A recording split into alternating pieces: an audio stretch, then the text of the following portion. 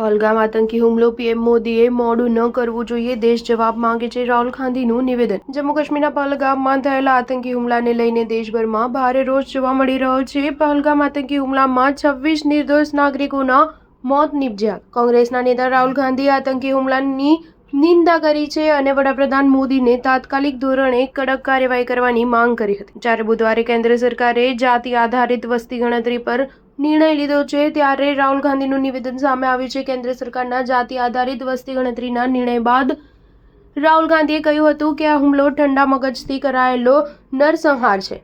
આ ભારતની આત્મા પર હુમલો છે. આ માટે જવાબદાર લોકોને તેની કિંમત ચૂકવવી પડશે. સરકારે સમય બગાડવો જોઈએ નહીં. એમને એ સમજવું પડશે કે હિન્દુસ્તાન સાથે આવું ન કરવું જોઈએ. જે થયું છે તે કોઈ પણ પ્રકારે સ્વીકારવામાં આવશે નહીં.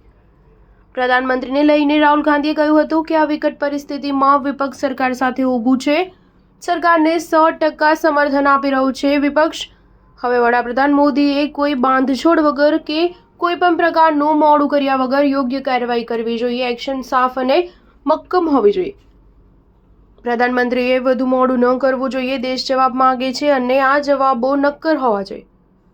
વધુમાં તેમણે કહ્યું કે શહીદોના પરિવારજનોએ કહ્યું કે અમારા બાળકો શહીદ થયા અને અમને ફક્ત શહીદીનું નાટક બતાવવામાં આવી રહ્યું છે. આ બહુ ગંભીર વાત છે. આ વાત એ દર્શાવે છે કે હવે લોકોને સરકાર પરનો ભરોસો ડગી રહ્યો છે. આટલા બધાના મોત થાય એ સ્વીકાર્ય નથી. જેમણે પણ આ કર્યું છે તેમને સખત સજા મળવી જોઈએ. સરકાર સાથે વિપક્ષ છે.